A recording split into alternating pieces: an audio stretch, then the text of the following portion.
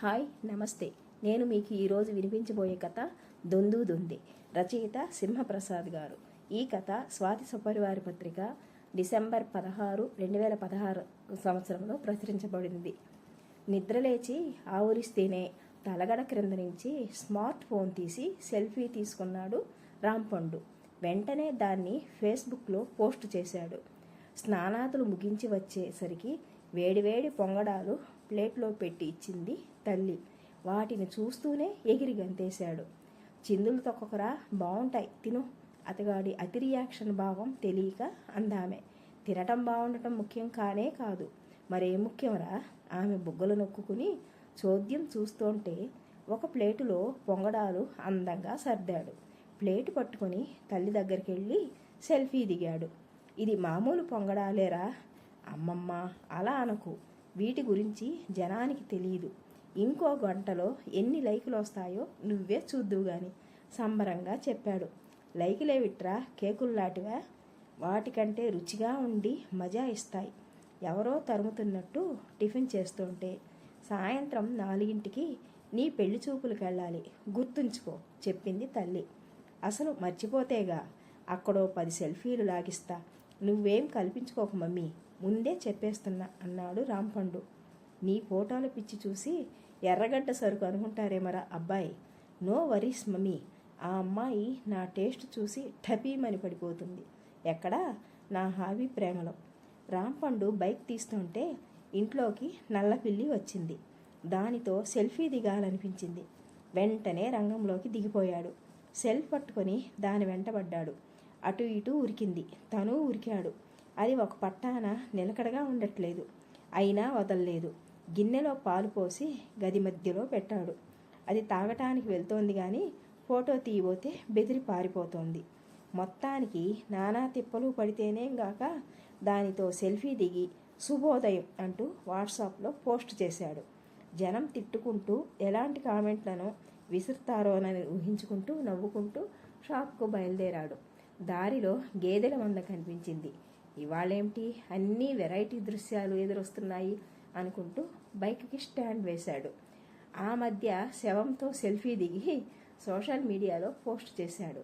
అందులో అతడు పళ్ళికిలించడం చూసి దారుణమైన కామెంట్లు చేశారు తప్ప దానికి ఒక్క లైట్ అంటే లైకు పడలేదు.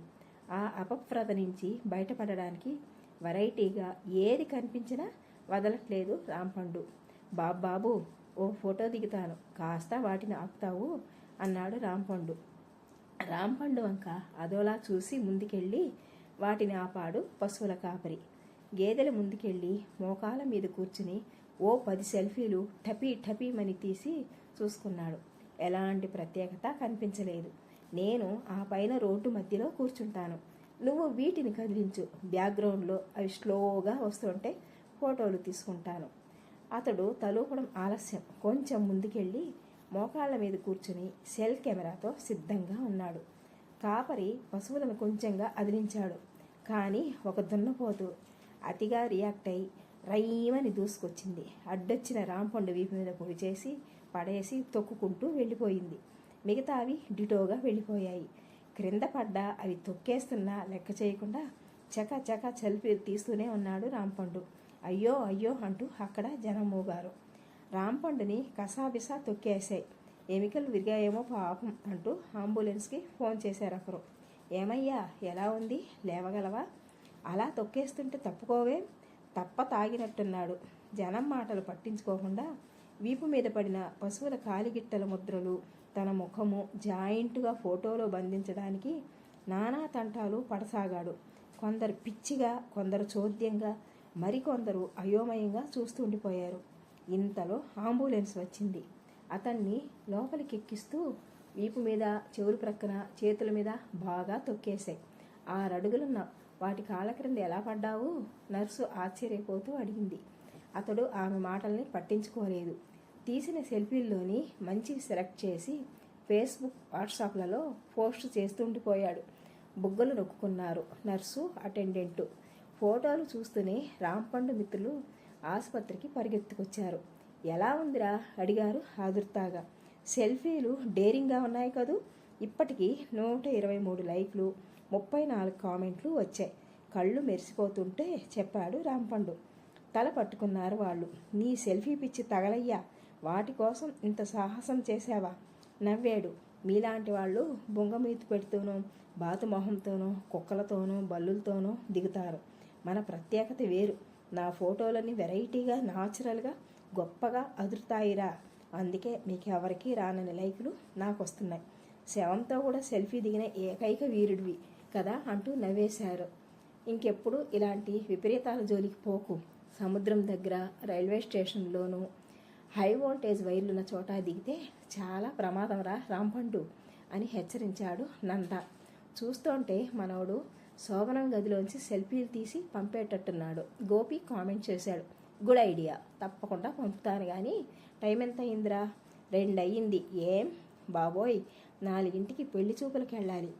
ఈ బ్యాండేజీలతోన పెళ్లి చూపులకి ఆశ్చర్యపోయారొకరు. వింత జంతువులకి ఆ అమ్మాయి సెల్ఫీ దిగుద్దామే కామెంట్ చేశారు రెండో వారు. షటప్, నన్ను డిశ్చార్జ్ చేసేయమని డాక్టర్కి చెప్పండి. ఇందాకే నర్సు వచ్చి చెప్పింది, వెళ్ళిపోవచ్చట. 5,000 బిల్లు చెల్లించాక. ఏడుపు మొహం పెట్టాడు రాంపండు. సెల్ఫీలు ఇంత ఖరీదా అని. క్రెడిట్ కార్డుతో బిల్లు చెల్లించి తన గిఫ్ట్స్ ఎన్కోర్స్ షాప్కి వెళ్ళాడు. అతడు రాకపోయినా షాప్ తెరిచి అమ్మకాలు చేస్తున్నాడు అసిస్టెంటు. ఏవైందేవైందని చుట్టుముట్టారు. తను చేసిన సాహసాన్ని వర్ణించి చెప్పాడు. పిచ్చోడిని చూసినట్టు చూసి మొహం తిప్పుకొని నవ్వుకున్నారు. షాపుకి ఒక ఆమె వచ్చింది. డిఫరెంట్ హెయిర్ స్టైల్తో, డిజైనర్ డ్రెస్తో వెలిగిపోతోంది. ఆమెతో సెల్ఫీ దిగాలనే కోరిక రాంపండులో పుట్టి పెరిగి త్రివిక్రమావతారం తాసాగింది. ఆమె 2,000 షాపింగ్ చేసింది. ప్యాక్ చేయించుకొచ్చింది. మీతో ఒక్క సెల్ఫీ అంటూ ఆమె ప్రక్కకెళ్ళి క్లిక్ మనిపించాడు. 1,000 రూపాయలు ఇవ్వండి ఠకీమని అందామె. ఎందుకు? నా ఫోటో తీసినందుకు. దాన్ని ఎందరికి పంపించి ఎన్ని లైకులు కొట్టేస్తావో నాకు తెలియదు అనుకోకు. ఫ్రేమ్ కట్టించి ఈ షాప్లో పబ్లిసిటీ కోసం పెట్టుకున్నాననుకుంటావు. అందుకని మర్యాదగా 1,000 రూపాయలు ఇచ్చేయి. ఆమె డిమాండింగ్ అడిగేసరికి ఇప్పుడే డిలీట్ చేసేస్తాను అన్నాడు రాంపండు. తీసినందుకు 1,000 ఇమ్మంటున్నాను. డిలీట్ చేసేస్తే ఇంకో 1,000 ఇవ్వాలి. ఇవ్వకపోతే మీ బిల్లుకు దాన్ని చెల్లు చేసుకుని వెళ్తా. ఎలా వెళ్తావు? నా ఫోటో ఎందుకు తీసావు? You idiot, mannerless brute. ఆమె సుడిగాలిలా మారిపోయింది. షాపులోని సేల్స్ గర్ల్స్ అంతా వచ్చి ఆమెకు సారీ చెప్పి శాంతింపజేసి పంపేశారు. ఆమె వెళ్ళాక విఐపీలే నవ్వుతూ సెల్ఫీలకు పోజిస్తారు. ఈవిడేవిట్రా బాబు, 2,000కు టెండర్ పెట్టేసింది కొనుక్కున్నాడు. షాపుని అసిస్టెంట్కి అప్పచెప్పి తల్లిని తీసుకుని అద్దె కారులో పెళ్లి చూపులకు వెళ్ళాడు. కారు ఎక్కుతూ సెల్ఫీ దిగడం మర్చిపోలేదు. కట్లతో బ్యాండేజీలతో వచ్చిన రాంపండుని చూసి వావ్ అని అరిచింది రాణి. ఒక్క అంగలో అతడి పక్కకొచ్చి అతడికి రాసుకుంటూ నిలబడి సెల్ఫీ తీసుకుంది. మీకు సెల్ఫీలు అంటే ప్రాణమా? అతడి మాటలు వినిపించుకోకుండా దాన్ని ఫేస్బుక్లో పోస్ట్ చేసి ఏదో టైప్ చేసింది. క్యాప్షన్ ఏం పెట్టారు? ఆసక్తితో అడిగాడు. నా కోసం ముష్కరుల్ని గెలిచి వచ్చిన వీరుడు నవ్వుతూ చెప్పింది. అదంతా బాగోదేమో, ఖచ్చితంగా బాగుంటుంది. నేను రాణిని కదా. రాజసం వలకబోస్తూ కూర్చుని చెప్పింది. నాకు నచ్చావు అన్నాడు. నువ్వే నాకు నచ్చినప్పుడు నేను నీకు నచ్చటంలో ఆశ్చర్యమేముంది అంది రాణి. వెర్రిగా నవ్వి ముఖం ఇబ్బందిగా పెట్టాడు రాంపండు. అమ్మాయి, నీకు వంట వార్పు వచ్చా? రాంపండు తల్లి అడిగింది. వండిన వంటల్ని చక్కగా ఫోటోలు తీయడం వచ్చు అంటూ లోపలికి వెళ్ళింది. ఏదో తెచ్చి రాంపండుకిస్తూ this is my lovely gift to you అంది. ప్యాకింగ్ విప్పాడు. సెల్ఫీలు తీసుకునే స్టిక్ హుర్రే అరిచాడు రాంపండు. ఆ పైన మీకేం గిఫ్టులు కావాలో అడగండి, ఇచ్చేస్తాను అన్నాడు దానకర్ణుడి తమ్ముడిలాగా. మన ఫస్ట్ నైట్ చెప్తాను. రాంపండు తల్లి ఏదో అడగబోతుంటే రాణిని పెళ్లాడబోతున్న యువరాజుని, నా కాబోయే భార్య అంటూ ఆమెతో సెల్ఫీ దిగేశాడు రాంపండు. ఇంత తేలికగా పెళ్లి కుదిరిపోయినందుకు పరమానందపడిపోయారు రాణి తల్లిదండ్రులు. చూసుకోండి. ఆ మరుక్షణం నుంచే ఇద్దరి మధ్య పోటీ మొదలైంది. పెళ్లి పనులతో సెల్ఫీలు దిగి పోటాపోటీగా మిత్రులతో పంచుకోసాగారు. భూమి మీద నువ్వు ఒక్కడవే పెళ్లి చేసుకోబోతున్నట్టు మాకు ఈ సెల్ఫీలు, వాయింపులు, తాళింపులు ఏంట్రా? మిత్రులు రాంపండు దగ్గర వాపోయారు. ఇప్పుడేం చూసావు? ముందుంది అసలు ముచ్చట. శోభనం గదిలో కూడా సెల్ఫీలు దిగి షేర్ చేసేస్తావేంట్రా? కర్మ నవ్వాడు నంద. అదే మన స్పెషాలిటీ. కాలర్ ఎగరేశాడు. అవెంత రొమాంటిక్గా ఉంటాయో ఊహించుకొని ఊరిపోయారు మిత్రులు. ఆ మాట మీదే నిలబడాలి రోయ్. ఎలాగైనా ఆ ప్రామిస్ని కన్ఫామ్ చేయించుకోవడానికి అడిగాడు గోపి. రాణి మొగుడిన మజాక. చిత్రం ఏమిటంటే రాణి కూడా తన ఫ్రెండ్స్కి అలాంటి ప్రామిస్సే చేసింది. పెళ్లి తతంగం మొదలైంది. పురోహితుడు తన మానాన తను మంత్రాలు చదివేస్తున్నాడు. వీడియోగ్రాఫర్ సరైన యాంగిల్స్ దొరక్క నానా యాతన పడుతున్నాడు.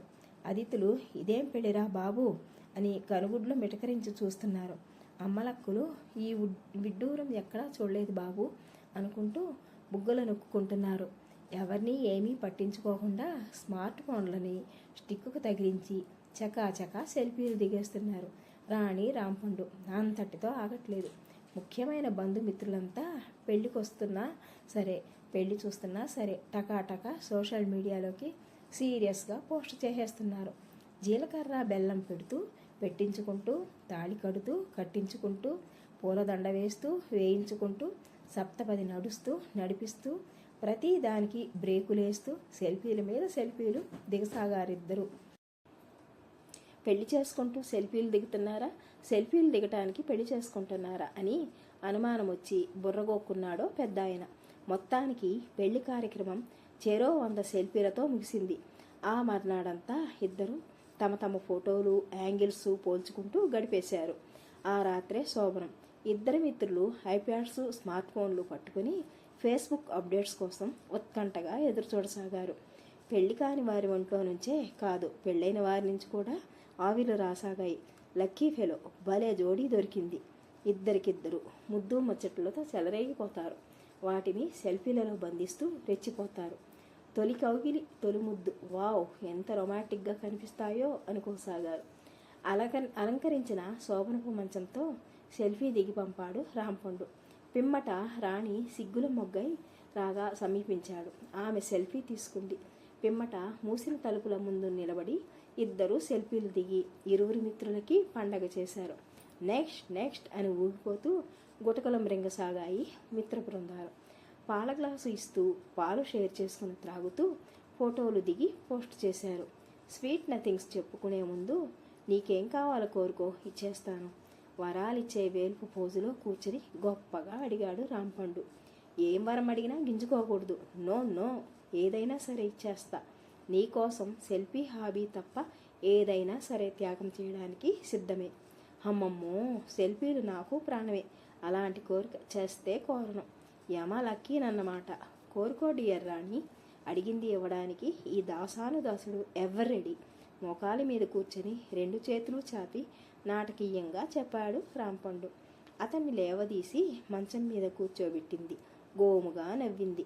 ఫిదా అయిపోయాడు. ఇద్దరం సెల్ఫీ ప్రియులం గనక హనీమూన్కి మనీలా వెళ్దాం డియర్. Okay, granted. అక్కడ ప్రత్యేకతలేంటి డియర్ అడిగాడు రాంపండు. అక్కడ సెల్ఫీ మ్యూజియం ఉంది. ఎన్నో 3D చిత్రాలతో సెల్ఫీలు దిగొచ్చు. మోనాలిసా చిత్రాన్ని మనమే గీస్తున్నట్టు, స్పైడర్ మ్యాన్ మనల్ని రక్షిస్తున్నట్లు, క్రూర మృగాల మధ్య పరిగెడుతున్నట్టు, డైనోసార్ నోట్లో తలపెట్టినట్లు సెల్ఫీలు దిగొచ్చు. అలాంటి సాహస సెల్ఫీలు నీ ఫ్రెండ్సు, నా ఫ్రెండ్సు ఎవరు కలలో కూడా చూసి ఉండరు. మనీలా ఎక్కడుంది? ముంబైలోనా, ఢిల్లీలోనా? కంపిత స్వరంతో అడిగాడు రాంపండు. ఫిలిప్పైన్స్ రాజధాని డియర్. ఆ ఉత్తర క్షణాన రాంపండుకి స్పృహ తప్పి శోభనపు బెడ్ మీద వెల్లికిలా పడ్డాడు. అతడి ప్రక్కన పడుకొని ఫోజు కొడుతూ సెల్ఫీ దిగి ఫేస్బుక్లో పెట్టింది రాణి. శోభనపు గదిలో విజేత అని దానికి క్యాప్షన్ పెట్టింది. ఈ కథ కనుక మీకు నచ్చినట్లయితే లైక్ చేయండి, షేర్ చేయండి, సబ్స్క్రైబ్ చేసుకోండి. నమస్తే.